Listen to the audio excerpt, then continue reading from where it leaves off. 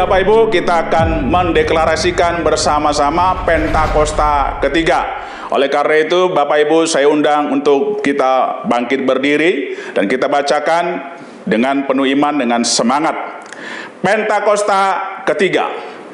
1. Pentakosta ketiga adalah pencurahan Roh Kudus yang dahsyat di zaman ini, melebihi yang terjadi di Azusa Street. 2. Pentakosta ketiga akan mengakibatkan penuaian jiwa yang terbesar dan yang terakhir sebelum Tuhan Yesus datang kembali. Ketiga, Pentakosta ketiga akan membangkitkan generasi Yeremia, yaitu anak-anak muda yang dipenuhi Roh Kudus, cinta mati-matian kepada Tuhan Yesus, tidak kompromi terhadap dosa, dan akan bergerak untuk memenangkan jiwa. 4. Pentakosta ketiga lahir di Indonesia dan bergerak ke bangsa-bangsa. Gerakan ini dari timur ke barat dan akan kembali ke Yerusalem. Kelima, Pentakosta ketiga akan memberikan kuasa untuk menyelesaikan amanat agung, dan setelah itu Tuhan Yesus datang kembali. Shalom saudara, dalam Voice of Pentecost kali ini kita akan membahas tentang kualitas bukan popularitas. Bagaimana kita dapat selalu mengambil keputusan yang berintegritas dan berani menghidupinya. Pada keadaan saat ini, dengan adanya pembatasan sosial dan segala sesuatu yang dibuat serba online, integritas kita menjadi sangat diuji. Misalnya, ketika meeting online sengaja mematikan video seolah mengalami gangguan teknis, padahal untuk mengerjakan hal yang lain. Integritas tidak hanya bicara soal keselarasan antara ucapan dan perbuatan, tetapi adalah keputusan yang kita buat secara totalitas dan konsisten. Maksudnya, terus-menerus melakukan segala sesuatu berdasarkan prinsip kebenaran. Sekalipun keputusan tersebut berbeda dengan konsep yang dianggap lazim oleh dunia. Bahkan jika keputusan tersebut terlihat merugikan untuk kita. Seperti yang diajarkan oleh Tuhan Yesus dalam Matius 5 ayat 37, jika ya, hendaklah kamu katakan ya. Jika tidak, hendaklah kamu katakan tidak. Apa yang lebih daripada itu berasal dari si jahat. Kita harus selalu berhikmat serta siap untuk berpegang teguh pada prinsip kebenaran. Saudara mungkin pernah menghadapi situasi yang memaksa saudara melakukan sesuatu yang tidak benar, baik di pekerjaan, bahkan di pelayanan atau hubungan sosial, entah karena diminta atasan atau orang yang kita kasihi. Tapi justru pada situasi seperti inilah kita dapat menerapkan ajaran Kristus untuk memiliki keberanian dan hikmat untuk berkata tidak, sekalipun dengan berbagai resiko yang harus kita hadapi. Jika kita berkompromi satu kali saja, kita akan diminta berkompromi lagi di lain kesempatan. Lambat laun, kita akan menjadi terbiasa dan pada akhirnya tidak merasa lagi bahwa perbuatan tersebut salah. Setiap hari kita dihadapkan oleh pilihan demi pilihan, tidak terkecuali tantangan dan godaan yang menguji ketaatan kita kepada Tuhan. Apa yang harus kita lakukan ketika tantangan atau godaan itu datang? Yang pertama, tidak larut dengan dunia.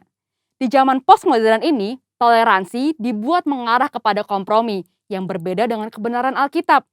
Orang yang toleran selalu dianggap berpikiran luas, bebas, dan humanis, sehingga orang percaya yang berani berdiri teguh dalam mempertahankan kebenaran firman Tuhan dalam kehidupan sehari-hari semakin berkurang. Kompromi pun sudah dianggap biasa di kalangan gereja yang dulu menekankan pentingnya ketaatan pada firman Tuhan. Keadaan ini mengingatkan akan kisah Daniel, seorang pemuda Israel yang mengalami pembuangan saat Yerusalem ditaklukkan oleh Babel. Pada saat itu, Raja Babel membawa Daniel dan orang-orang terbaik lainnya untuk diajar ilmu pengetahuan dan dibentuk karakternya. Mereka sangat diistimewakan dengan harapan orang-orang tersebut akan loyal kepada Babel. Namun, walaupun mendapatkan kehidupan yang enak dan masa depan yang cerah, Daniel tetap memilih untuk menjalankan perintah Tuhan. Dia tidak memakan makanan raja yang tidak sesuai dengan hukum Taurat. Daniel sadar, sebagai anak Tuhan, ia harus tetap taat, walaupun hidup di tengah bangsa yang tidak mengenal Tuhan. Yang kedua, tidak malu menghidupi kebenaran. Hidup dalam kebenaran adalah hidup tanpa kepalsuan, hidup dengan jujur. Yesus adalah kebenaran. Sebagai pengikut Kristus, kita harus memperkatakan dan mempraktekkan kebenaran dalam hidup. Orang menganggap perintah-perintah yang diberikan Yesus terlalu kaku dan tidak relevan pada zaman ini. Padahal memang kebenaran tidak bergantung pada perasaan, pengalaman, atau penafsiran yang bersifat subjektif. Kebenaran Allah adalah benar tanpa pengecualian. Orang Kristen yang sejati akan melihat integritas dirinya sebagai suatu harga diri terpenting. Kita tidak perlu merasa takut berpihak kepada kebenaran. Alkitab berkata pada 1 Petrus 4 ayat 16, "Jika ia menderita sebagai orang Kristen, maka janganlah ia malu, melainkan hendaklah ia memuliakan Allah dalam nama Kristus itu." Biarlah kita tetap mempertahankan kebenaran dan memuji Tuhan. Yang ketiga, hidup seperti Yesus hidup. Yesus adalah kebenaran. Untuk dapat hidup secara benar, maka kita harus hidup dalam Yesus. 1 Yohanes 2 ayat 5-6 berkata, "Tetapi barang siapa menuruti firman-Nya, di dalam orang itu sungguh sudah sempurna kasih Allah. Dengan itulah kita ketahui bahwa kita ada di dalam Dia. Barang siapa mengatakan bahwa ia ada di dalam Dia, ia wajib hidup sama seperti Kristus telah hidup." Hidup menjadi sama seperti Kristus merupakan kehendak Bapa. Yesus menjelaskan lebih lanjut dalam Matius 5 ayat 48. "Karena itu haruslah kamu sempurna, sama seperti Bapamu yang di surga adalah sempurna." Jika kita berkata hidup dalam Bapa, kita menjadikan Yesus sebagai Tuhan dan Juru Selamat di dalam hidup ini. Dan kita wajib hidup sama seperti Yesus telah hidup. Mari kita minta pertolongan Roh Kudus untuk memimpin hidup kita pada zaman sekarang. Kita harus menyadari bahwa kita adalah anak Tuhan, maka kita harus hidup sesuai dengan firman Tuhan. Seperti Kristus taat mengerjakan apa yang ditetapkan oleh Bapanya. Itulah yang menjadi kunci keberhasilan Kristus. Seringkali kita berpikir bahwa hidup sama seperti Kristus menjadikan hidup kita terkekang dan menderita. Padahal, jika kamu tetap dalam firman-Ku, kamu benar-benar adalah murid-Ku. Dan kamu akan mengetahui kebenaran. Dan kebenaran itu akan memerdekakan kamu. Seperti tertulis di Yohanes 8 ayat 31-32. Itulah sebabnya selama di bumi, Yesus tidak pernah menyia-nyiakan kesempatan yang ada. Fokus hidupnya terpusat hanya untuk melakukan kehendak Bapa. Jadi, jika kita mengikuti teladan Yesus, kita akan hidup seperti Dia. Ketika dunia menawarkan kita untuk jadi serupa sepertinya, kita harus berani mengambil keputusan yang berintegritas, yaitu dengan berkata tidak.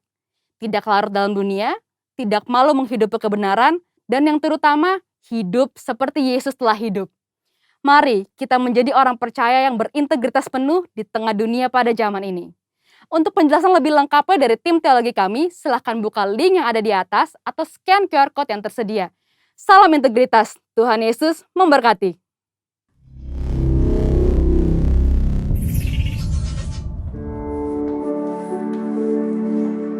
Haleluya. Shalom. Kita berjumpa kembali dalam ibadah online Gereja Empan 3 kali ini.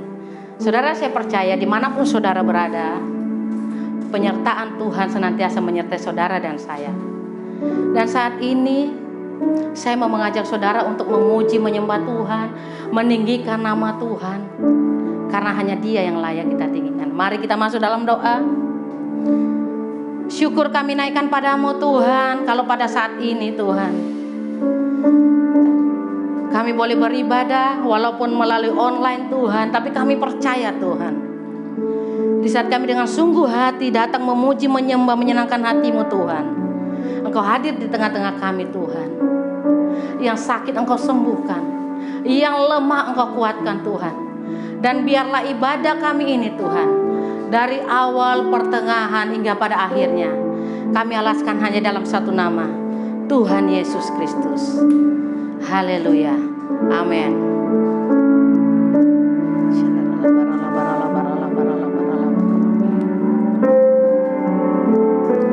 Yesus, Kau kebenaran yang menyelamatkanku. Kau memberikanku hidup dan pengharapan.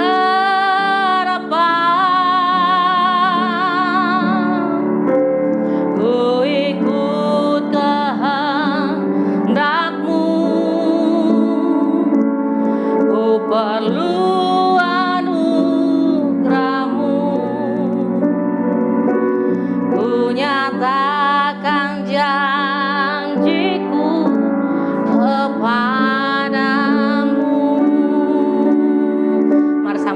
katakan Yesus. Yesus, kau kebenaran yang menyelamatkanku. Kau memberikanku hidup dan pengharapan.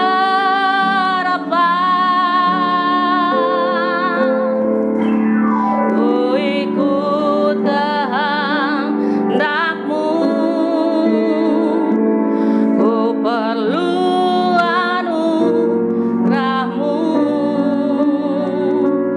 Ku nyatakan janjiku kepadamu.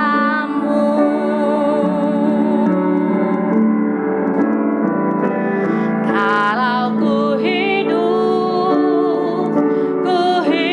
bagimu, hatiku tetap menyembah-Mu. Dunia tak bisa menjauhkanku dari kasih-Mu. Selama ku hidup bagimu, mataku tetap memandang-Mu. Dunia tak bisa menjauhkan-Mu dari kasih-Mu. Katakan dari awal, Yesus kau benar. Yesus, kau kebenaran yang menyelamatkanku. Kau memberikanku hidup dan pengharapan.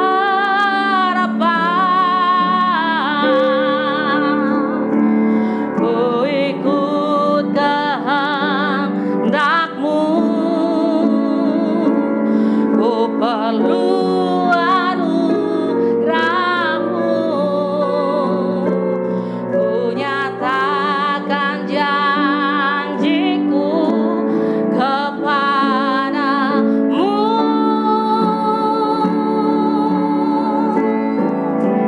Selama ku hidup bagimu, hatiku tetap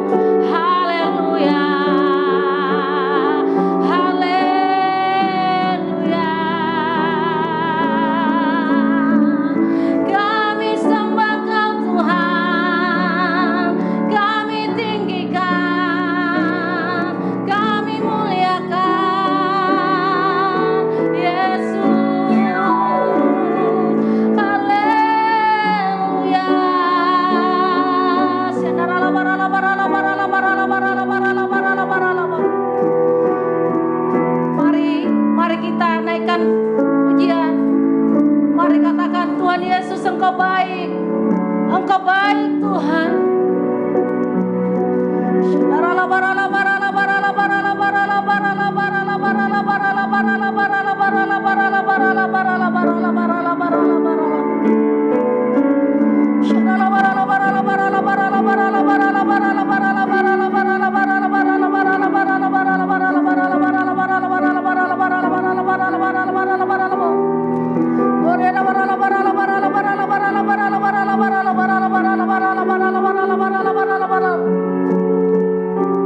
Engkau yang terindah Tuhan, Engkau yang terbaik, Engkau yang terhebat Jesus.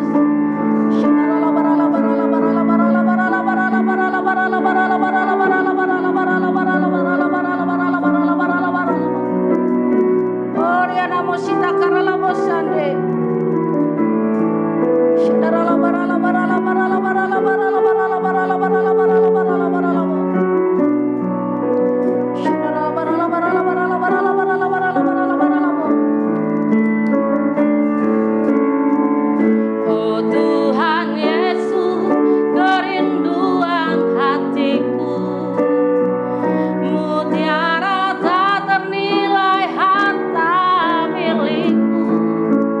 Keindahanmu memudarkan dunia, di mataku Engkau termulia. Saudara, sebentar lagi kita akan mendengarkan kebenaran akan firman Tuhan. Dan biarlah firman itu boleh bertumbuh di setiap kita.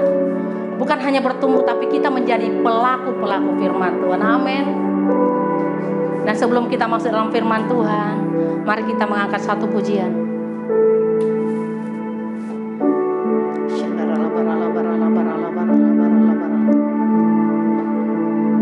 Oh Tuhan Yesus, kerinduan hatiku, mutiara tak ternilai harta milikku.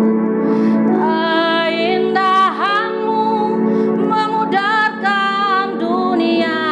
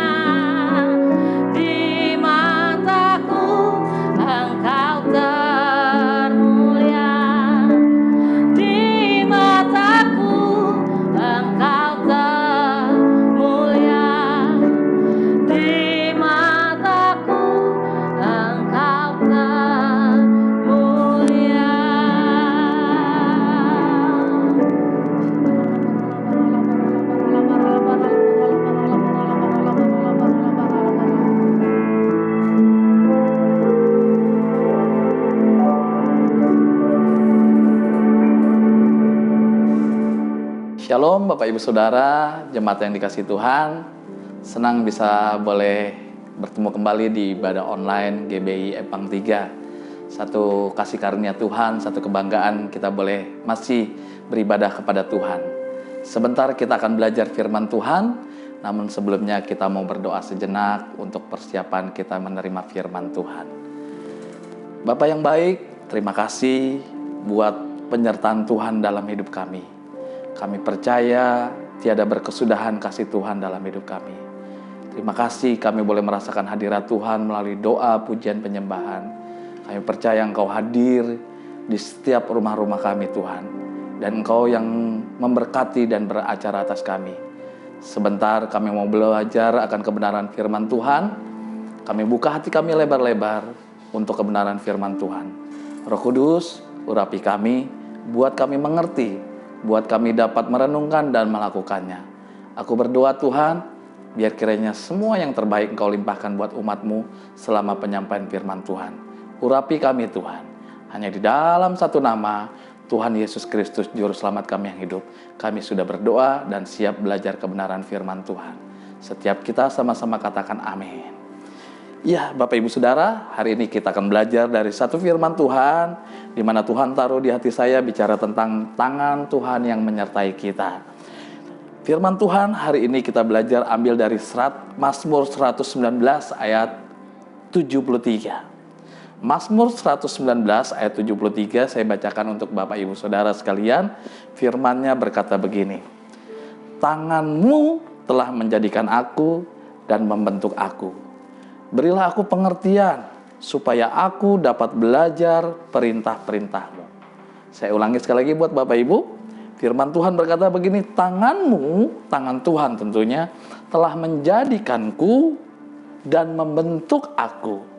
Berilah aku pengertian, supaya aku dapat belajar perintah-perintah-Mu. Amin.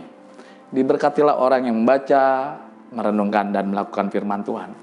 Sebagai pendahuluan, saya mau menyampaikan begini buat Bapak Ibu Saudara. Ada satu pernyataan yang tidak bisa kita pungkiri dalam hidup kita sebagai orang percaya. Kita ada sebagaimana kita ada, semuanya karena Tuhan. Pasti itu. Kita ada semua karena anugerah Tuhan. Kita semua telah dibentuk Tuhan. Oleh tangan Tuhan langsunglah kita dibentuk. Bukan cuma diciptakan tapi dibentuk. Tuhanlah yang menjadikan kita sampai saat ini. Tetapi bicara tentang pembentukan Tuhan, kita juga mesti mengerti. Ada saatnya kita menikmati berkat, pertolongan, mukjizat Tuhan. Tetapi ada juga saatnya kita dibentuk agar kita bersabar di dalam mengikuti prosesnya Tuhan. Melewati masa-masa yang sukar, masa-masa yang berat. Itulah pembentukan Tuhan. Tapi Tuhan mau kita bersabar dibentuk olehnya. Maka akhir proses tersebut kita percaya itu untuk mendatangkan keindahan bagi Tuhan. Sesuatu yang baik tentunya, yang berkenan di hadapan Tuhan. Dari ayat-ayat ini kita bisa belajar. Tadi saya bacakan sudah di depan, bahwa tangan Tuhanlah yang menjadikan kita. Dia yang membentuk kita. Untuk apa? Untuk kita memperoleh pengertian. Supaya apa? Supaya dapat belajar perintah-perintahnya. Nah, bicara tangan Tuhan, yang pertama kita mesti mengerti bahwa ketika tangan Tuhan membentuk kita, tangan Tuhan itu pasti membentuk kita untuk apa? Untuk menjadikan kita berharga. Katakan sama saya, aku berharga karena Tuhan. Nah, Tuhan membentuk kita dengan tangannya dengan maksud tujuan. Tujuan pertama yang Tuhan kehendaki ialah supaya hidup kita berharga. Kalau kita flashback sebelum kita kenal Tuhan Yesus, kita tuh gak ada berharganya sama sekali. Nanti masuk neraka, dunia menindas kita.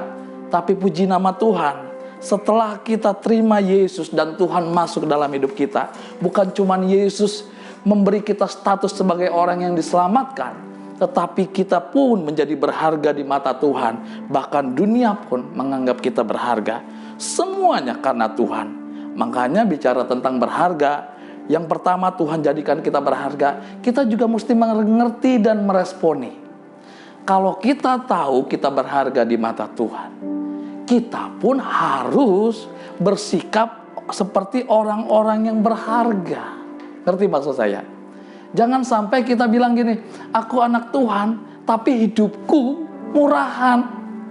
Karena firman Tuhan berkata begini di dalam Lukas 12 ayat 6 sampai ayat 7, firman Tuhan berkata begini, bukankah burung pipit dijual 5 ekor 2 duit?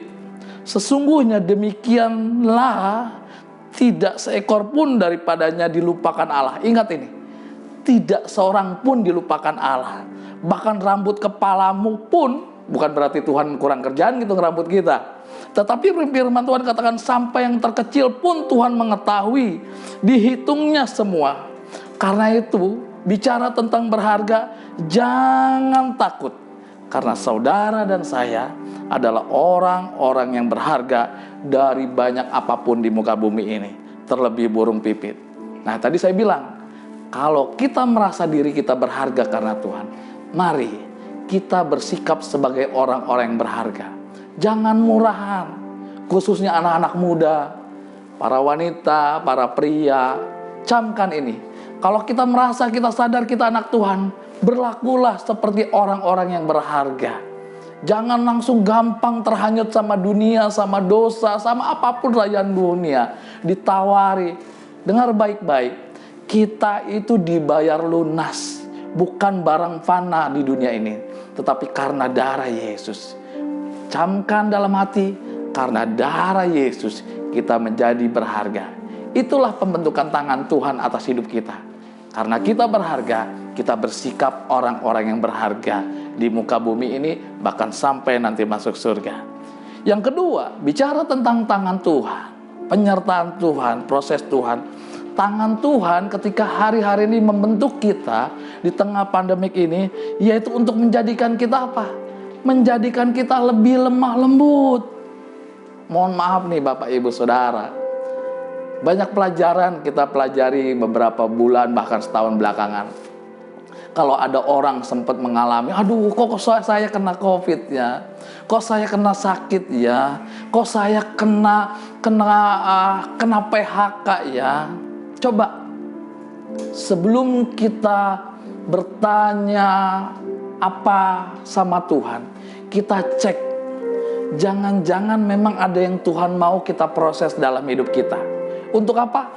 Untuk hati kita supaya lebih lembut. Kenapa? Karena keadaan dunia ini, orang-orang menjadikan sekarang hari-hari ini sangat keras. Semua respon keras. Ya, tidak bisa dinasehati. Semua penuh kekerasan. Tetapi kalau Tuhan izinkan kita ditekan, diproses hari-hari ini, mari kita rendahkan hati. Semata-mata mungkin Tuhan mau jadikan kita mempunyai hati yang lemah lembut. Karena di dalam Efesus 4 ayat 2 firman Tuhan berkata begini, hendaklah kamu selalu rendah hati, lemah lembut dan sabar. Tunjukkanlah belas kasihmu dalam hal saling membantu. Tuhan mau kita itu lemah lembut hari-hari ini. Tuhan mau menjadikan kita itu tidak menolak apa yang menjadi didikan Tuhan. Memang kita bilang gak enak proses, seolah-olah Tuhan sampai kapan, seolah-olah kita bertanya, Tuhan udah gak kuat. Tapi dengar baik-baik, kalau Tuhan izinkan sampai hari ini, semata-mata mungkin tangan Tuhan yang kedua kita pelajari.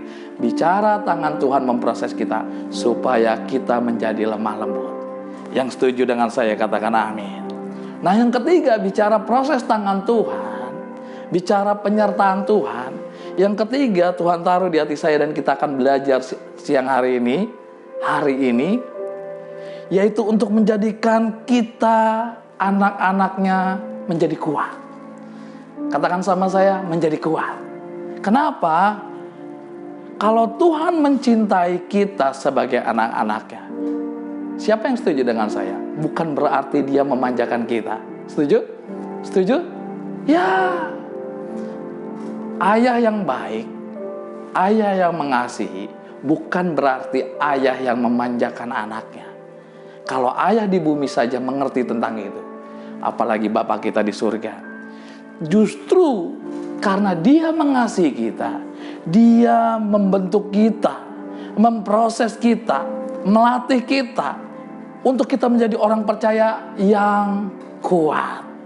Ya, oleh sebab itu izinkan Tuhan ketika Dia memproses kita, semata-mata Tuhan mau kita menjadi pribadi yang kuat. Di dalam Ibrani 12 ayat 12 firman Tuhan berkata begini, sebab itu kuatkanlah tangan yang lemah dan lutut yang goyah. Itu kata Tuhan, itu kata firman-Nya. Saudara dan saya, hari-hari ini kalau memang ada hal-hal yang membuat kita pikir lemah, lutut bergetar, semata-mata Tuhan itu sedang memproses otot-otot rohani kita. Ingat anak Raja Wali, ya, kalau Bapak Ibu Saudara tahu, kalau induk Raja Wali, dia itu kalau mau melatih anaknya terbang, apa yang dilakukan oleh induknya? Dia hancurkan sangkarnya atau sarang di mana anak itu sudah mulai tumbuh. Bukan tidak berhenti di situ saja, dia angkat anak itu terbang tinggi sama orang tuanya atau induknya, lalu dijatuhkan berulang-ulang. Supaya apa? Induknya supaya kepak sayapnya itu kuat. Kalau kuat, maka ya anak Raja Wali siap terbang tinggi, mengikuti induknya, bahkan mengatasi badai. Itulah yang Tuhan mau hari-hari ini, supaya dimengerti oleh kita sebagai anak-anak Tuhan. Kalau tangan Tuhan sedang memproses kita hari-hari ini, semata-mata untuk menjadikan kita kuat. Yang mengerti dan setuju maksud saya katakan amin. Yang terakhir, apa sih maksud rencana tangan Tuhan dalam hidup kita hari-hari ini? Penyertaan Tuhan, supaya menjadikan saudara orang-orang yang berhasil. Katakan sama saya, yang berhasil. Ya, Tuhan gak mau anak-anaknya jatuh dan terpuruk. Tuhan gak mau anak-anaknya kita, saudara dan saya, gagal dan gagal. Tetapi Tuhan mau saudara dan saya menjadi orang yang berhasil. Gimana caranya? Alkitab berkata begini, orang yang merenungkan Taurat Tuhan siang dan malam, ia seperti pohon yang ditanam di tepi aliran sungai, yang berbuah pada musimnya, yang tidak layu daunnya, dan apa saja yang diperbuatnya pasti berhasil. Ini janji firman Tuhan. Kalau kita lakukan ini, saya percaya saudara yang terkasih, Tuhan sanggup menjadikan kita berhasil. Apa saja yang kita perbuat, Tuhan jadikan berhasil. Bukan cuma sekedar tadi saya bilang, bukan cuma sekedar lemah lembut, bukan cuma sekedar Tuhan jadikan kita kuat, bukan cuma sekedar jadikan kita berharga. Tetapi yang terakhir yang kita mau pelajari hari ini, kenapa tangan Tuhan mengizinkan memproses kita hari-hari ini? Supaya kita berhasil. Saya bacakan sekali lagi, Mazmur 1 ayat 2 sampai dengan ayat 3, firman Tuhan berkata begini, tetapi yang kesukaannya ialah Taurat Tuhan, dan yang merenungkan Taurat itu siang dan malam. Ia seperti pohon yang ditanam di tepi aliran air, yang menghasilkan buahnya pada musimnya, dan yang tidak layu daunnya, apa saja yang diperbuatnya berhasil. Saran saya sebagai hamba Tuhan, mengingatkan kembali, mendorong dan mengajak buat Bapak Ibu Saudara yang pengen atau ingin atau rindu hidupnya berhasil. Ingat ini baik-baik firman Tuhan. Milikilah kesukaan akan firman Tuhan. Jangan pernah lupa baca firman-Nya. Jangan lupa kita membawa pujian kita sama Tuhan. Jangan lupa miliki hati yang mengasihi Tuhan. Bukan karena kita ingin sesuatu dari Tuhan, tetapi karena memang Tuhan sudah memberi sesuatu lebih dahulu atas hidup kita. Makanya kita mengasihi Dia lebih lagi. Biar kiranya sebagai kesimpulan, kita menjadi pribadi-pribadi yang mau dibentuk oleh tangan Tuhan. Saudara dan saya harus kuat. Kita nggak tahu sampai kapan pandemik ini, tapi saya berdoa kita memiliki iman bersama Yesus. Sebentar kita bisa melalui pandemi ini karena Tuhan menyertai kita. Tuhan Yesus memberkati. Tetap jadi kuat karena tangan Tuhan punya rencana yang indah dalam hidup kita. Mari kita berdoa. Bapa yang baik, terima kasih kami boleh belajar firman Tuhan tentang tangan-Mu yang terus memproses dan mengizinkan kami. Kami percaya ketika kami boleh mengerti apa yang menjadi rencana Tuhan, kami boleh melalui semua ini Tuhan. Urapi kami Tuhan, berkati anak-anak-Mu Tuhan yang ada di rumah-rumah. Apapun kondisi mereka, tangan Tuhan menyertai mereka. Kalau tangan Tuhan menyertai mereka, pasti ada mukjizat, pasti ada pertolongan, pasti ada berkat, dan nama Tuhan dipermuliakan. Urapi kami Tuhan, terima kasih untuk kebenaran firman. Dalam nama Yesus kami berdoa, kami mengucap syukur. Haleluya, amin. Shalom. Bapak Ibu dikasihi Tuhan, kita saat ini akan memperkatakan Mazmur 91.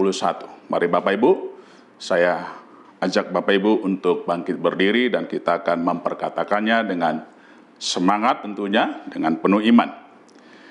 Dalam lindungan Allah, orang yang duduk dalam lindungan yang maha tinggi dan bermalam dalam naungan yang maha kuasa akan berkata kepada Tuhan, tempat perlindunganku dan kubu pertahananku, Allahku yang kupercayai. Sungguh, Dialah yang akan melepaskan engkau dari jerat penangkap burung, dari penyakit sampar yang busuk. Dengan kepaknya, Ia akan melindungi engkau, di bawah sayapnya engkau akan berlindung. Kesetiaannya ialah perisai dan pagar tembok. Engkau tak usah takut terhadap kedahsyatan malam, terhadap panah yang terbang di waktu siang, terhadap penyakit sampar yang berjalan di dalam gelap, terhadap penyakit menular yang mengamuk di waktu petang. Walau 1.000 orang rebah di sisimu dan 10.000 di sebelah kananmu, tetapi itu tidak akan menimpamu. Engkau hanya menontonnya dengan matamu sendiri dan melihat pembalasan terhadap orang-orang fasik. Sebab Tuhan ialah tempat perlindunganmu, yang maha tinggi telah kau buat tempat perteduhanmu. Malapetaka tidak akan menimpa kamu dan tulah tidak akan mendekat kepada kemahmu. Sebab malaikat-malaikatnya akan diperintahkannya kepadamu untuk menjaga engkau di segala jalanmu. Mereka akan menatang engkau di atas tangannya, supaya kakimu jangan terantuk kepada batu. Singa dan ular tedung akan kau langkahi. Engkau akan menginjak anak singa dan ular naga. Sungguh hatinya melekat kepadaku, maka aku akan meluputkannya. Aku akan membentenginya, sebab ia mengenal namaku. Bila ia berseru kepadaku, aku akan menjawab.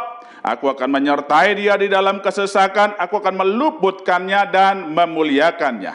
Dengan panjang umur akan kukenyangkan dia, dan akan kuperlihatkan kepadanya keselamatan daripadaku. Di dalam nama Tuhan Yesus. Amin. Bapak Ibu, mari kita berdoa syafaat sebelum kita akan mengakhiri ibadah kita. Bapa, dalam nama Tuhan Yesus, kami mengucap syukur kepadamu ya Bapa, atas segala kebaikan-Mu Tuhan di dalam ibadah kami pada hari ini. Tuhan Yesus, terima kasih buat segala penyertaan-Mu, buat pemberitaan firman Tuhan yang sudah kami terima Tuhan pada hari ini. Dan biarlah Tuhan setiap benih firman Allah yang sudah ditaburkan di dalam kehidupan kami pada hari ini Tuhan, itu semuanya menjadi benih-benih yang luar biasa ya Tuhan, yang akan bertumbuh, berakar dan berbuah-buah yang lebat, yang manis, dan kami boleh persembahkan di hadapan Tuhan. Terima kasih Bapa, terima kasih Tuhan, dan doa kami juga Tuhan buat hamba-Mu yang sudah menyampaikan firman-Mu Tuhan pada hari ini.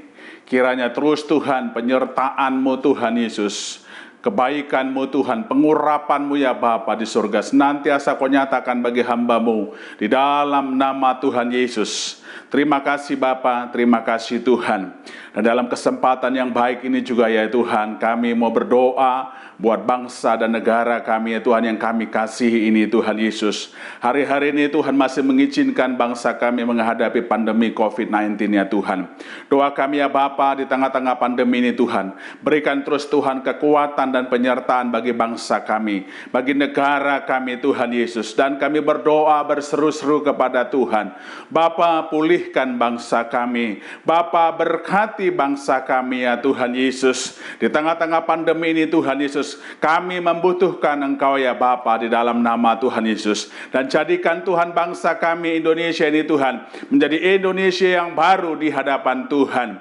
Terima kasih Bapa, terima kasih Tuhan. Kami juga berdoa ya Tuhan buat setiap pemerintahan yang ada di bangsa kami, dari pemerintahan yang ada di pusat sampai pemerintahan yang ada di daerah. Tuhan juga menyertai senantiasa para pemimpin-pemimpin kami yang ada di pemerintahan ya Tuhan. Berikan kekuatan Tuhan, kesehatan yang prima bagi mereka semua ya Bapa, untuk mengurusi negara kami, untuk mengurusi daerah masing-masing Tuhan, di dalam nama Tuhan Yesus.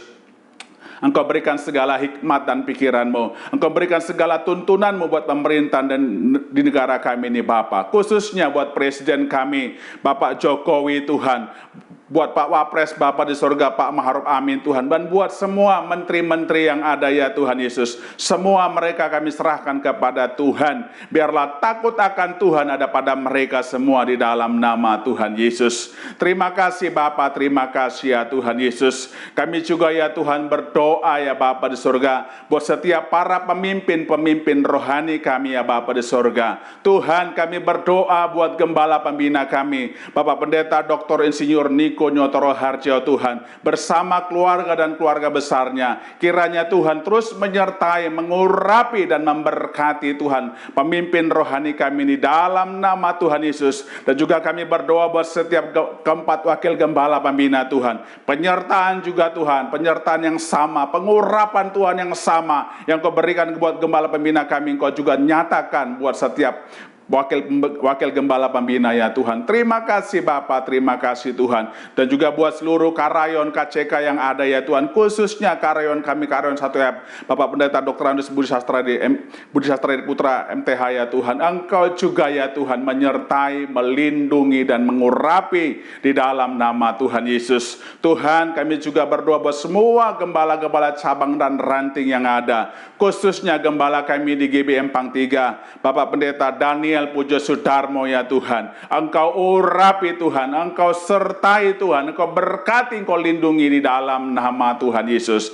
Kami juga berdoa buat semua gembala-gembala kul yang ada ya Tuhan. Engkau juga menyertai dan urapan-Mu Engkau curahkan bagi semua gembala-gembala kul ya Tuhan Yesus. Terima kasih Bapa, terima kasih Tuhan. Dan tidak lupa kami berdoa ya Bapa di surga, buat setiap Tuhan jemaat-Mu ya Tuhan yang ada di GB Empang 3, dan juga buat setiap orang yang mengikuti ibadah online GB Empang 3 Tuhan. Kiranya Tuhan kasih setia, kasih kebaikan-Mu Tuhan, penyertaan-Mu, perlindungan-Mu Kau nyatakan terus bagi semua Tuhan jemaat-Mu dimanapun berada, di dalam nama Tuhan Yesus. Terima kasih Tuhan, terima kasih. Kami menyerahkan diri kami kepadamu dan berlindung kepadamu, khususnya karena ini masih pandemi COVID-19. Terima kasih Bapa, terima kasih Tuhan. Inilah doa-doa syafaat kami ya Bapa pada saat ini Tuhan. Engkau yang mendengarkan dan mengabulkan doa kami ini di dalam nama Tuhan Yesus Bapa di surga. Dan sebelum kami Tuhan akhiri ibadah kami ini, kami Tuhan rindu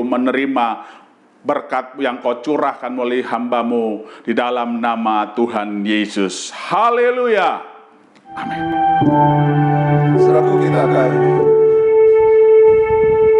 mengakhiri ibadah kita. Mari kita akan kami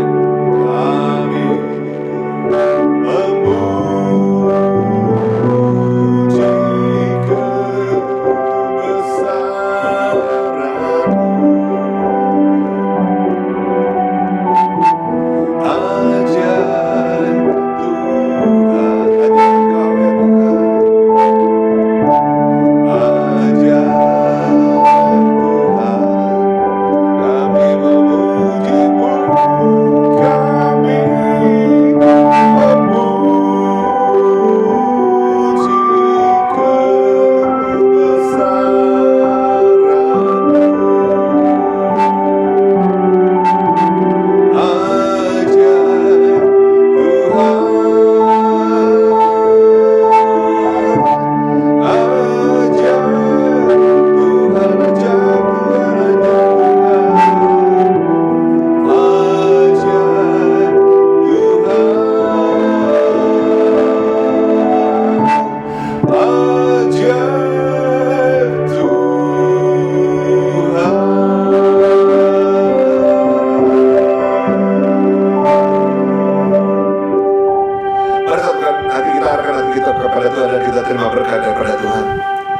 Tuhan berkati engkau dan melindungi engkau. Tuhan menyertai engkau ke wajahnya dan beri engkau kasih karunia. Tuhan menghadapkan wajahnya kepadamu dan beri engkau damai sejahtera. Kekasih-kasih Tuhan di Jumat Allah, terimalah berkat kasih, sukacita dan sejahtera ya Allah Bapa. Melalui keterangan Tuhan kita Yesus Kristus telah persekutuan indah dan manis dan Allah Roh Kudus menyertai kehidupan kita semua mulai saat ini sampai menatap akan sampai selama-lamanya. Tuhan yang percaya, diberkati dan sangat mengasihi Tuhan yang senantiasa hidup dalam kekudusan dan firman Tuhan yang telah dan siap memasuki tahun integritas, sama-sama kita katakan amin. Selamat hari Minggu, Tuhan Yesus berkati.